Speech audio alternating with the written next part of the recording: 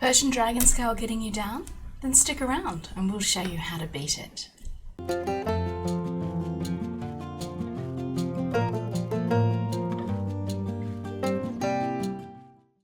Hi, my name is Deb Marnie and I'm from Aussie Maille. Welcome to our channel, it's great to see you here.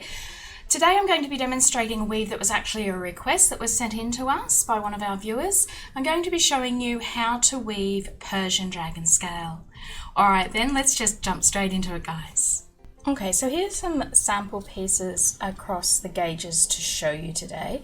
So starting here on the left is 14 gauge AWG, which is 1.6 millimeter diameter wire, and this ring size is 7.5 millimeter ID. So as you can see, that's a pretty hefty, a pretty chunky bracelet. The next one is 16 gauge AWG, which is 1.2 millimeter diameter wire, and the ring size I used there was 5.5 millimeter ID.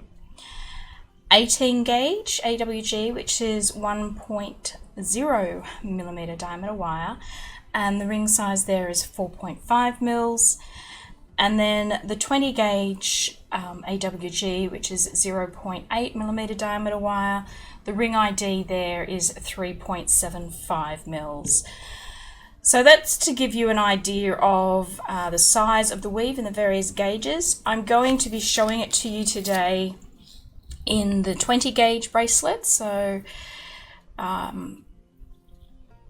it's a little chunky still, but it's not as thick as the 14 gauge, obviously.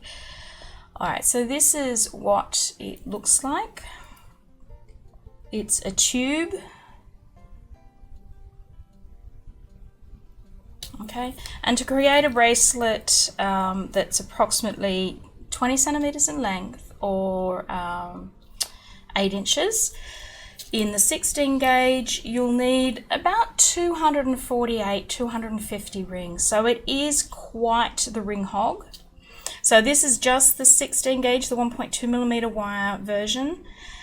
5.5 millimeter ID. You're going to need around, let's say, 250 rings to make a 20 centimeter or an 8-inch bracelet.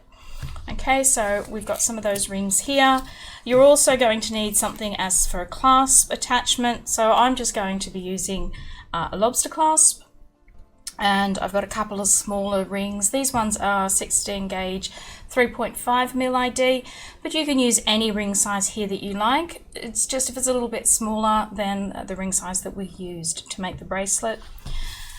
I'd also suggest a twist tie to hold on to the weave at the beginning, and in this one I like to also use a paper clip. I like to mark my beginning and my end, be sure of where those are, so I tend to use 2 different marking pieces for this weave. And of course you're going to need 2 pairs of smooth jawed pliers. As normal, I'm going to use pliers from our Xuron range. This one here is our chisel nose plier, and this one is the short nose plier. Okay, so the basis of this weave is European 4-in-1. So to do that, I'm just going to pre-close some rings. You'll need to do the bracelet at about 20 centimeters in length. You'll need, I think it's about 82 of these closed. Now you need this length of European 4-in-1 to be about 1.5 times the length that you want your final bracelet to be. So if you want your bracelet to be 20 centimeters in length when you're finished, excluding the clasp, then you'll need to multiply that by 1.4, and that's the length that you'll need to make that strip of European 4-in-1 for. It just scooches it up a little bit as you add some of the other rings. You can always add a little bit to the length as you're going, but it's just easier if you get closer to the ballpark at the beginning. So yeah, so close up a whole lot of these rings, and I'll meet you back here to show you the next step. Okay, so I've closed my rings and I'm going to now start weaving a strip of European 4-in-1, about 1.4 times the length that I want my final bracelet to be. So to do that, we take up an opened ring and we pop on 2 of our pre-closed rings. Okay, so this is European 4-in-1. We take our first marker, our twist tie, and we put that through the end, and that just gives us a tail to hold on to. It also helps us keep control of the weave a little bit. I find something at the beginning of European 4-in-1 is helpful. This first ring likes to flip around a little bit. If you just give a tug on the tail, it usually behaves itself.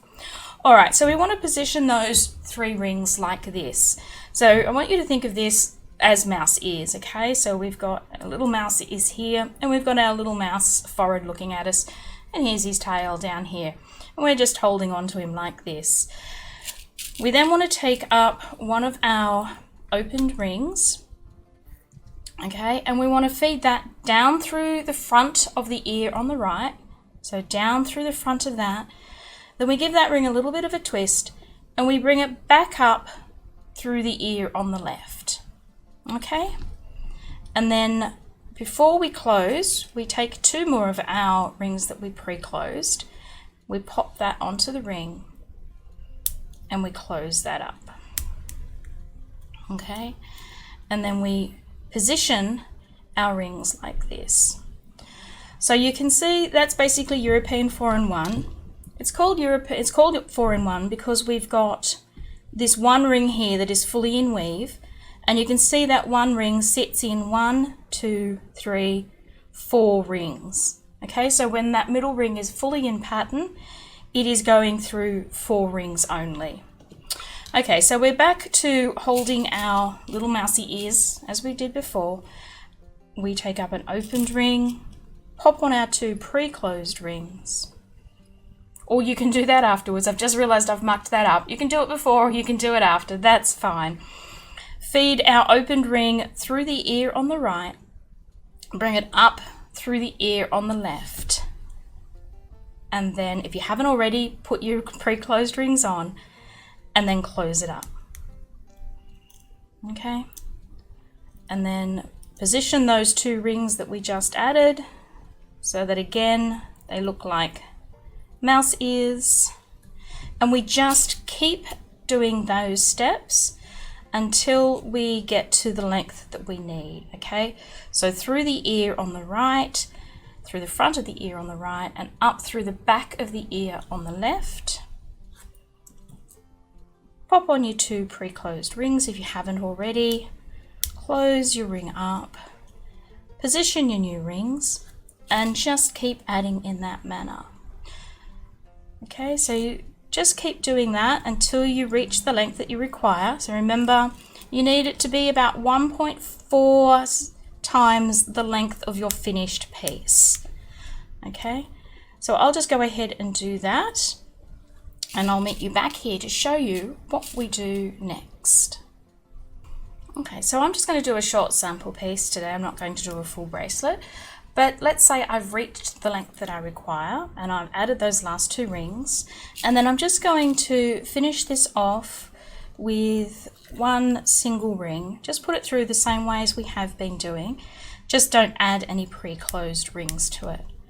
Okay, so that looks just like we did at the beginning with a single ring. And then I'm going to take my paper clip and I'm going to feed it through that ring, and I know that that's the end of my weave and this is where I started. Okay, so the next step, we want to make sure that we hold our finished piece of European 4-in-1 so that the middle rings all face to our right. Okay, so we don't want it this way where our middle rings are all facing to the left. We need them to be facing to the right. Okay, it's very important that we keep these going in the correct direction, otherwise you will end up making a completely different weave. Okay, so making sure that our rings are there facing the right. Our next step is to put a strip of half Persian, or create a strip of half Persian 3-in-1 down each side of this weave. So to do that, we're going to take an opened ring and we're going to go through. So when you work with Persian weaves, you work with through the eyes and around the eyes, and the eyes is where the rings overlap. So you can see just in here, if I can hold this correctly, you can see where those rings overlap. They're sort of like a little ovally, a little eye shape. So when you feed a ring through the eye, it means you're going straight through those two rings there. If you're feeding a ring around an eye, it means you go down through this ring here and you bring it back up and you come up through the ring there. So your final ring will end up going circling around that eye. It doesn't go through it. Okay, so to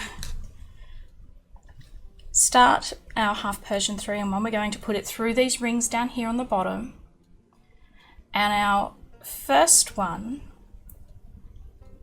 is going to go through this eye, and we're just going to let it come outside of that ring there, okay, because we've got no more rings for it to go through. We're just going to put it through the eye. Okay, and it flops around a little bit until we start locking it into place with the next ring. And then the next ring, we go down to the second eye and we go through that eye, but we come up and around that first eye, and we make sure that our ring sits on the outside of that first ring that we put in there. So you saw me having a little trouble there with that ring flipping around. It is a bit of a bother, but make sure that your second ring sits on the outside. Okay, and we close that ring up. So you can see that pattern starting to form. So our next ring, we go down to the next eye. So into the new eye, we go through that eye, okay, and then we go around the previous eye, all right, which brings it up through there. So when I'm doing this, I like to actually hold my work on the side like this, okay. You can see that half Persian 3-in-1 forming there. And then I'll pick up the new ring, pick up the next ring, and then go through the front of the following ring, okay? And then close it up. And that's the same as going through the eye here and around that eye there. So I find this just a little bit easier to do it this way. So I'll show that to you again. So my thumb is on the back of my weave, basically. My finger is on the front of the weave. I hold it so I can see the side. To place the ring, I go up through the new ring, up through the first of my old rings, my previously captured rings, and then through the front of the next ring. Okay, and close it up. So this ring, because it's half Persian 3-in-1, this ring needs to go through 3 rings every time, except obviously at the beginning and the ends of the weaves where that ring is not completely in pattern. So again, we go up through 1, up through 2, and then down through the third one. Okay, so keep doing that for the length of your bracelet. And then I will show you the next step when we're done. Okay, so I've added my strip of half Persian 3-in-1 down to the length of my bracelet. So you can see here we've got one side with the half Persian on, and we've still got the other side that's European 4-in-1. So we now want to run the half Persian 3-in-1 down this side as well, and we want it to mirror the first one that we've done. Okay, so to do that, just hold on to your work, and with a new piece, or a new ring, sorry, we're just going to go through the first eye, okay, and close it up. Remember, the first ring on the other side just went through the eye, and we sit that into position. Our next ring, we go down to the next eye in our work, this one here. We go through that eye, and then we bring it up, and we want to go around that first eye, the previous eye. So it's through the new eye and around the previous eye, just like we did with the other one, making sure that our new ring sits on the outer edge of the previous ring. Okay, we don't want it to sit on the inside, we want it to sit on the outer edge so that it's a mirror image of our first side. So keep doing that as we did before, down the length of our bracelet. Again, you know, you can, I find going this way a little bit easier, so coming up through, turning our work on the side again so that the front faces us this time, going up through the back of the new eye, which allows me to go around the front of the previous eye and then close that ring up. Okay, so I'll show that to you again. We want to go through what is the back of the previous eye, or go through the new eye, sorry. So you can either come down through the front like that, or I like to come up through the back. I find it a little bit easier this way, up through the back, and then I go down through the front around the previous eye. Okay, close it up.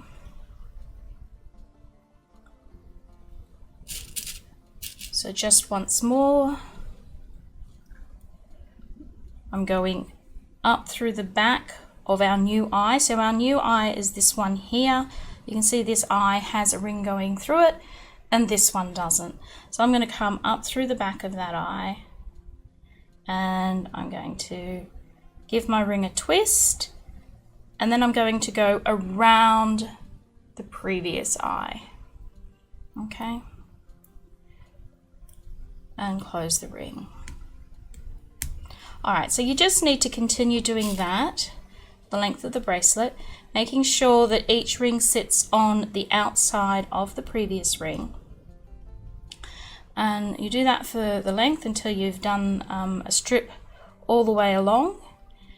And I'll meet you back here to show you what the next step entails.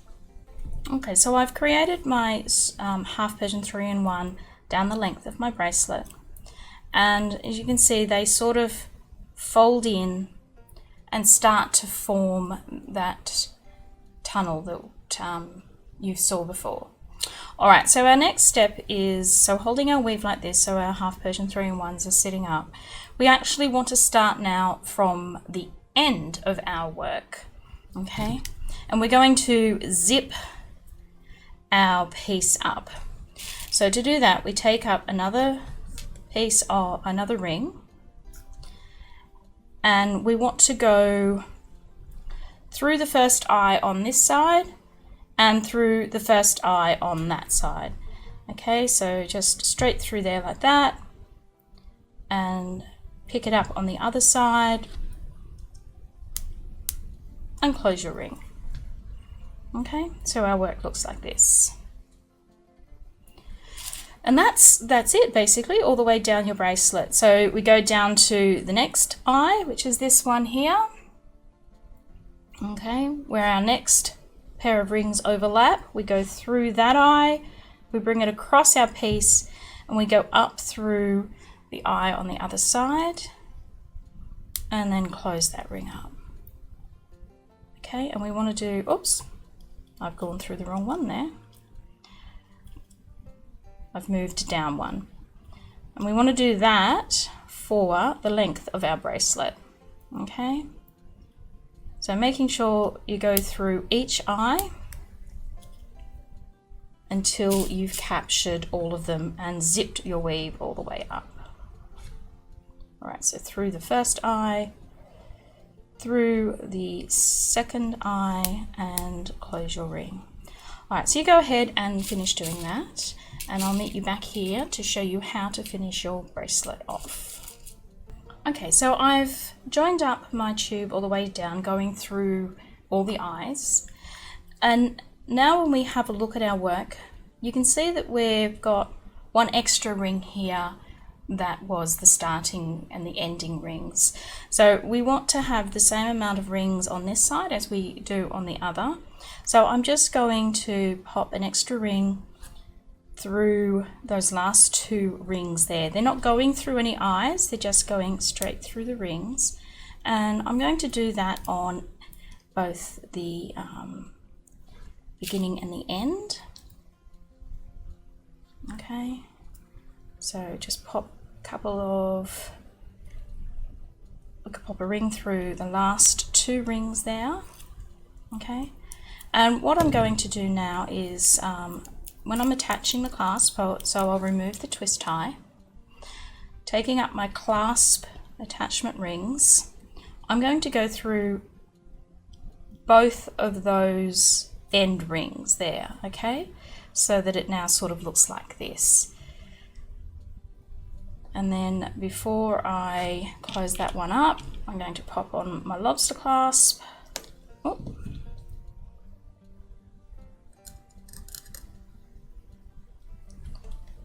And close up that ring.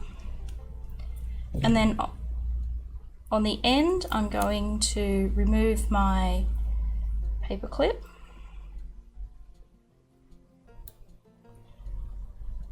And with another clasp attachment ring, again, I'm going to capture those two end rings. And then just close that up.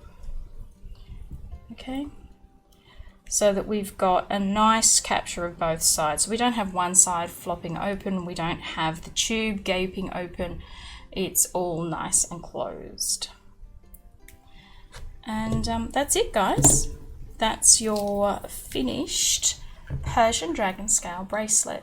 Now, one thing I do want to point out is when you look at this bracelet and we're looking at the middle rings, okay, you can see that this middle ring is going in the opposite, leaning in the opposite direction to the middle ring underneath, okay? That is the effect that we want. If you find that your rings are actually pointing or leaning in the same direction, so both the top one and the bottom one are, say, leaning to the right, you might want to have to go back and have a look at your work. You've probably actually created a weave that is very similar to this, called Dragon Back. Okay, it's a very similar weave, but yeah, if you end up with both of those rings lying in the same direction, you've probably created Dragon Back, not Persian Dragonscale, which has those middle rings leaning in either direction. Okay, so that's it, your Persian Dragonscale bracelet. Alright guys, well that's it. That's our video today. I hope you enjoyed it and it was of help to you. If you did enjoy this video, then how about giving us a thumbs up here on YouTube, sharing our video, popping a comment down in the comment box. We'd love to hear from you. If you haven't already, maybe you could think about becoming a subscriber for our channel. And while you're here, don't forget to check out some of our other videos that we have, as well as giving our shop a little bit of love. You'll be able to see everything there that you need to create this weave and more. All right, guys, thanks again for coming, and I hope to see you again sometime in the future. Bye.